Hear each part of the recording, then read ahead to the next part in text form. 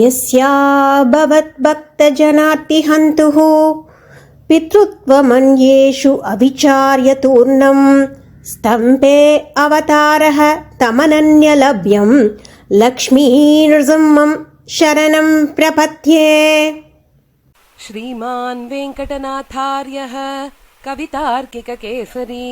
वेदान्ताचार्यवर्यो मे सन्निधत्तां सदा हृदि। ज्ञानानन्दमयं देवं निर्मलस्फटिकाकृतिम् आधारं सर्वविद्यानां हयग्रीवमुपास्महे। ज्ञानानन्दमयं देवं निर्मलस्फटिकाकृतिम् आधारं सर्वविद्यानां हयग्रीवमुपास्महे। स्वतःसिद्धं शुद्धस्फटिकमणिभूहृत्प्रतिपटं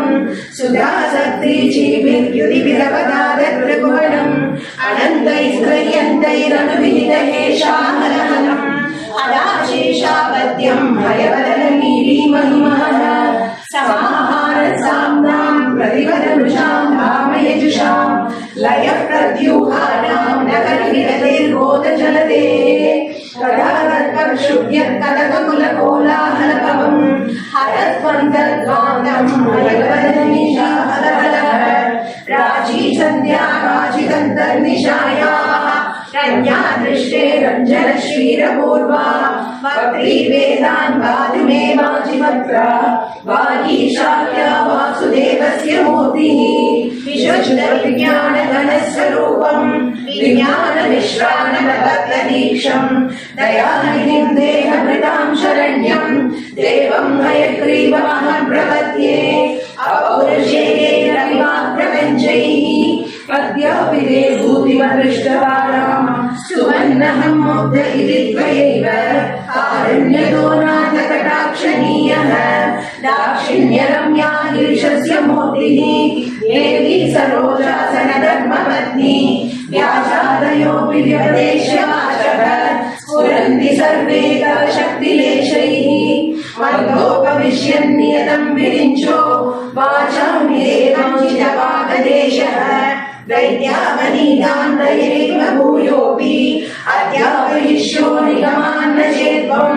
विदर्गडोलां व्यवधूय सत्त्वे बृहस्पतिं भक्तय चेयतस्त्वं तेनैव देवकृतशेश्वराणाम् अस्पृष्टडोलायितमादिराज्यम् अग्नौ समिद्धानि सप्ततन्तोः आदस्तिवान् मन्त्रमयं शरीरम् अखण्डसारैरभिषामृतानैः आप्यायनं व्योम सदा विदस्ते यन्मूलमेतृप्रतिभारितत्वं या मूलमाम्नाय महाद्रुमाणां तत्त्वेन जानन्ति विशुद्धसत्त्वाः तामक्षरामक्षरामृतां त्वाम् अव्याकृताव्याकृतमानसि त्वं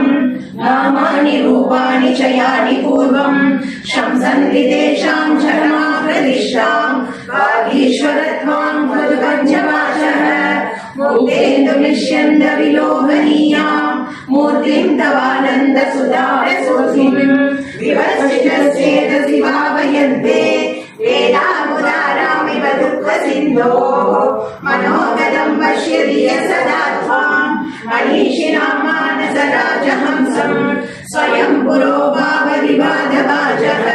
किं कुर्वते तस्य गिरो यदार्हम् अभीक्षणार्थं कलयन्ति ये त्वाम् आदावयन्तं विशदैर्मयूखैः वाचां प्रवाहैरनिवारितैस्ते मन्दाकिनीं मन्दयितुं क्षमन्ते स्वामिन् भवद्ध्यानसुधाभिषेकात् वहन्ति धन्याः कुलकानुबन्धम् अलक्षिते क्वापि निरूढमूलम् अङ्गे शिवानन्दतुम् अङ्गुरन्दम् स्वामिन् प्रतीचा हृदयेन धन्याः वर्ध्यानचन्द्रोदय वर्धमानम् अमान्दमानन्दपयोधिमन्तः पयोभिरक्षां परिवाहयन्ति स्वैरानुभावा स्वरदीनभावाः समृद्धवीर्या स्वतनुग्रहेण विकर्षितो नारदरन्निमायां वैहारिणीं मोहनपिञ्चिकां ते प्राप्यर्निदानां तपसां विभागाः प्रत्यक्षनिःश्रेयससम्पदो मे समेधि क्षीरं समवादपद्मे సంకల్ప చింతామణయ ప్రణామాః విరుద్ధమూర్ధన్యటి విగ్రహాణాం సురేంద్ర చూడావదలాదితానాం త్వదండ్రిరాదీవరకణానాం భూయాన్ ప్రసాదో మయిలాల భూయాత్ హరిస్ఫురన్ నూపర చిత్రభాను ప్రకాశ నిర్దూత తమోనుషంగాం అగర్భయిందే పరిచిన్మహేంద్ర ప్రబోధ రాజీవ వివాద సంధ్యా ఫట్కింకరాలంకరణోచితానాం వైవ కల్పాంతరవాదితానాం మంజు ప్రణాదం మణినూపురంతే మంజూషికాం వేదగిరాం ప్రసీమః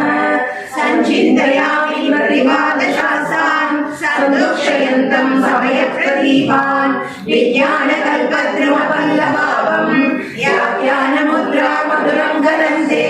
చిందే కరోమి స్ఫటికాక్షమాలం సవ్యేతరం నాదకరం పదీయం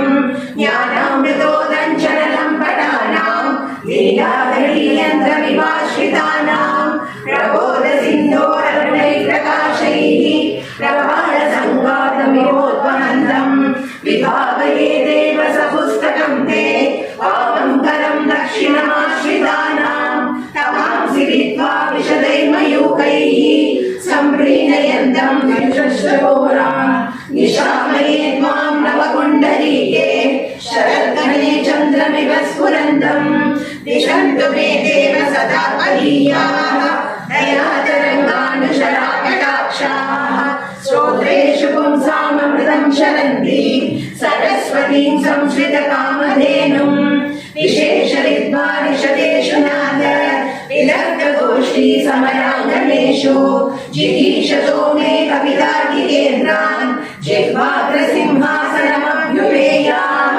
త్వాం చింతయన్ తన్మయతాం ప్రపన్నః త్వాముత్రణం శక్తమనేన దమ్నా స్వామిన్ సమాజేషు సమేదిషీయ స్వచ్ఛందవాదా భవభద్రశూరః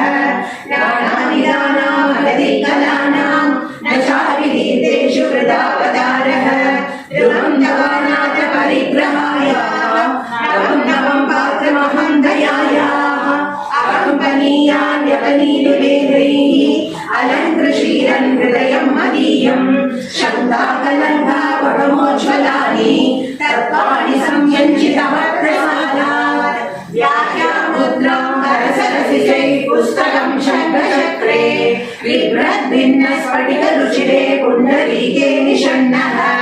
అమ్లాన శ్రీరమృత విశదైరంశు విప్లావయన్మా ఆవిర్భూయాదరమహిమా మానసే వాగదీశః